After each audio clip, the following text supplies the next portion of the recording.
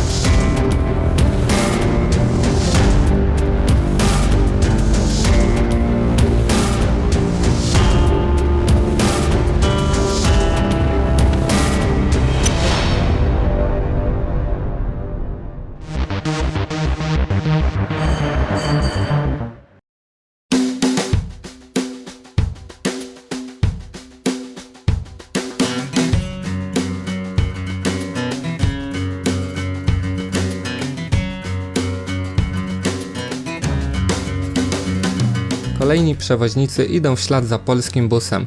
Na targach premierowo zaprezentowała się nowa platforma przewozów Super PKS, którą obsługuje PKS Elbląg we współpracy z e-podróżnikiem.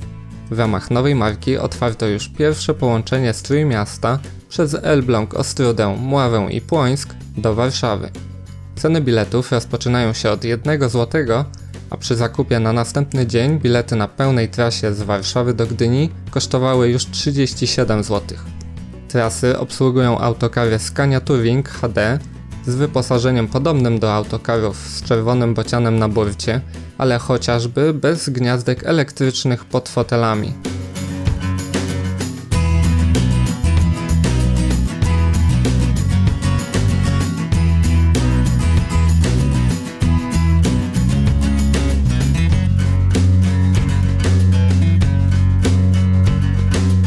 Na targach pojawiło się całkiem sporo pojazdów, po raz pierwszy prezentowanych w Polsce.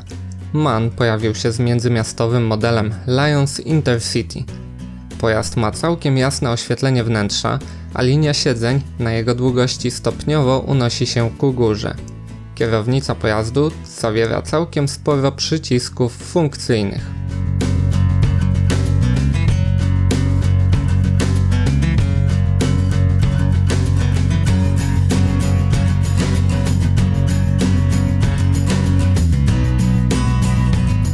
Scania nie tylko wystąpiła z turystycznym touringiem, ale też z miejskim niskopodłogowym autobusem City White, który ledwo co zjechał z taśmy produkcyjnej. 26 autobusów tego typu przewoźnika Warbus od kwietnia będzie obsługiwało przez 10 lat komunikację w Jastrzębiu-Zdroju.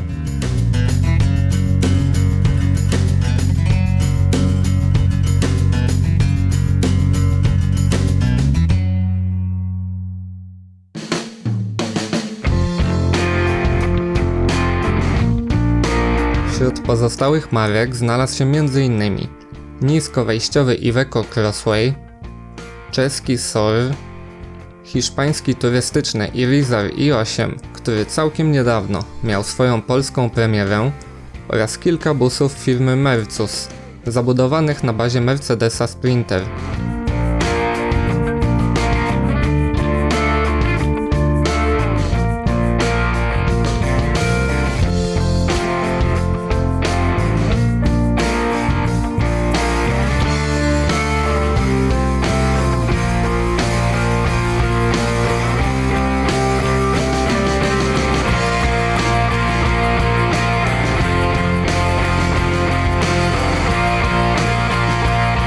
Licznie reprezentowani byli też producenci ze wschodu. Firma Bustrans Technik premierowo zaprezentowała turecki autobus Otokar Kent C o długości prawie 11 metrów. Obecnie pojazdy tej marki kursują w Polsce tylko po Tarnowie i Przemyślu.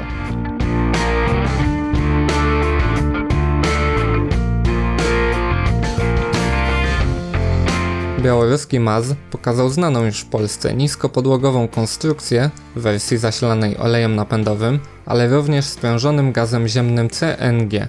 Autobusy w końcu wyposażono w silniki spełniające normę Euro 6, która jest obecnie obowiązkowa dla nowych pojazdów sprzedawanych na terenie Unii Europejskiej. Co ciekawe, Tożsamą konstrukcję autobusu zaprezentowała firma Glaspo Motors z Płońska. Wschodnich pojazdów na targach było jeszcze więcej. Na wspólnym stoisku grupa importerów zaprezentowała autobusy aż 3 marek: białoruskiego Nemana, ukraińskiego Zaza i również ukraińskie zabudowy firmy Ataman na podwoziach Isuzu.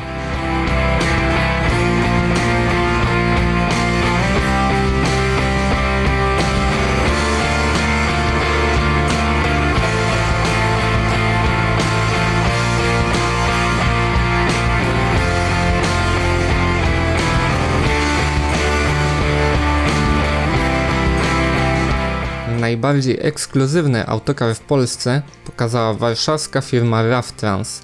Piętrowy Vanhool Astromega na pokład zabierze do 50 pasażerów. Pojazd posiada skórzane, rozkładane fotele lotnicze w układzie 2+2 na dolnym i 2+1 na górnym pokładzie. W zagłówkach siedzeń zainstalowany jest system pokładowej rozrywki Fantoro. Aneksy kuchenne w pojeździe wyposażone są w 6 lodówek, 2 mikrofalówki, ekspres do kawy, a nawet nalewak do piwa.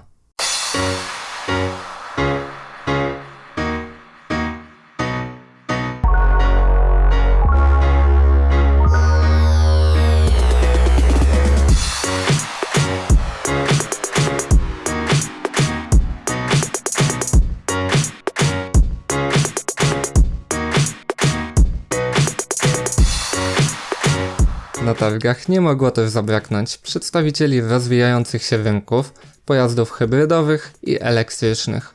Przed wejściem do hali targów ustawiono hybrydę MANA, na co dzień kursującą po Białymstoku, a wewnątrz znalazł się przegubowy Solaris warszawskich miejskich zakładów autobusowych.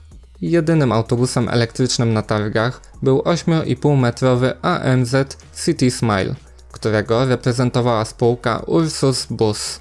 Firma przejęła licencję do produkcji tego typu pojazdów, a maszyny i urządzenia produkcyjne właśnie są przenoszone z Kutna do zakładów w Lublinie.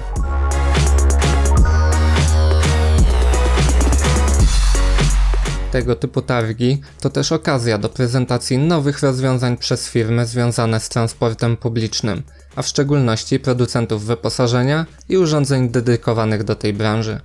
Mieliśmy więc stoiska producentów siedzeń i tapicerek, systemów informacji pasażerskiej, wyprofilowanych krawężników betonowych ułatwiających podjazd autobusu do krawędzi, pojawiły się nawet rowery i skutery. Mogliśmy też zajrzeć do środka modułu z klimatyzacją umieszczanego zwykle na dachu pojazdu.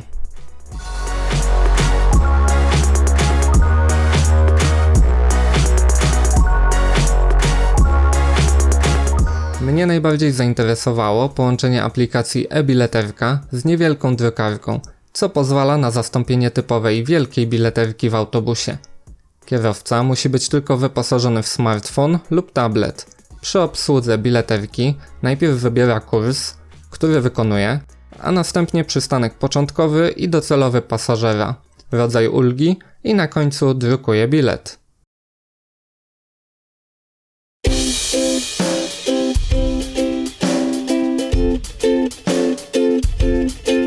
Autokary Sonos niegdyś były bardzo popularne w polskich przedsiębiorstwach PKS. Tym razem powrót macedońskiej marce zapewnia firma GSP Polska z Krapkowic. Pokazane pojazdy nawiązują stylistycznie do starych modeli Mercedesa z serii O350 i O405. Czy jednak odgrzewanie starych modeli pozwoli ponownie wejść tej marce na polski rynek? Stałym elementem targów są konferencje, na których omawiane są bieżące problemy branży. W programie znalazły się wystąpienia dotyczące m.in. zmian w prawie transportowym od stycznia 2017 roku, planowanych inwestycjach na najbliższe lata, rozwoju branży autobusów niskoemisyjnych i zmianach w taryfach przewoźników oraz metodach dystrybucji biletów.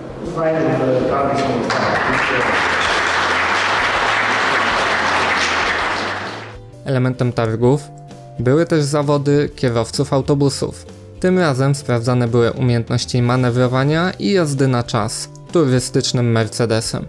Mi pozostało sprawdzić swoje umiejętności za kierownicą wirtualnego autobusu w symulatorze. Można na nim było podjąć wyzwanie ekojazdy, czyli uzyskania jak najmniejszego spalania na zadanej trasie.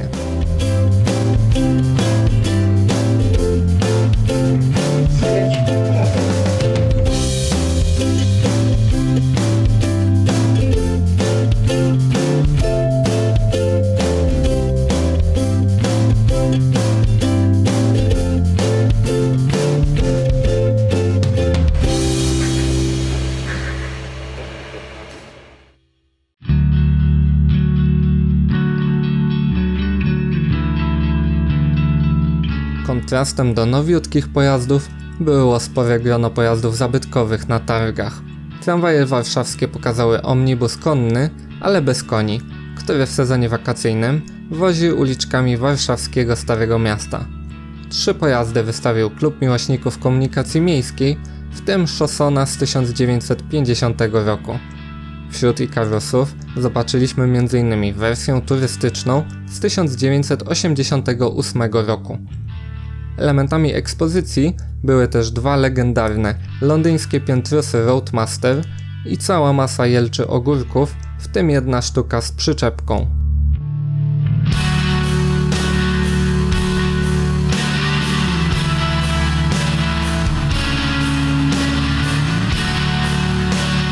Jak na pierwszą edycję, na targach Warsaw Bus Expo zaprezentowano całkiem sporo pojazdów, w tym szczególnie dużo przedstawicieli wschodnich producentów.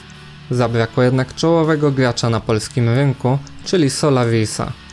Swoje miejsce na targach znaleźli jednak przewoźnicy, dla których była to okazja do zaprezentowania swoich flagowych pojazdów wraz z ofertą przewozów i wynajmów. Poza tym jest to miejsce dla sprzedawców autobusów używanych do prezentacji modeli pojazdów, które obecnie są skupowane. No i już po targach. Następna okazja, żeby pobujać się wśród autobusów, będzie na kieleckich targach Transexpo. Tymczasem dzięki wielkie za uwagę i do zobaczenia następnym razem.